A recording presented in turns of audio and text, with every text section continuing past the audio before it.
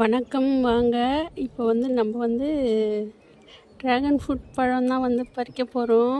நான் ஒரு ஒரு ரொம்ப ஒரு குட்டி செடியில் இது வாங்கி வச்சது. ரொம்ப ரொம்ப சந்தோஷமாக இருக்குது. நம்ம ஒரு செடி வச்சு அதில் ஒரு பூவோ ஒரு பழமோ பழுக்கிறப்போ ரொம்ப சந்தோஷமாக இருக்கும். பார்த்துக்குங்க. இங்கே பாருங்கள், நான் இதெல்லாம் போட்டு கட்டி வச்சேன். கூட நல்லா பழுக்கட்டும்னு பார்த்தேன். அந்த குரங்கு வந்துருக்குது, 2 குரங்கு.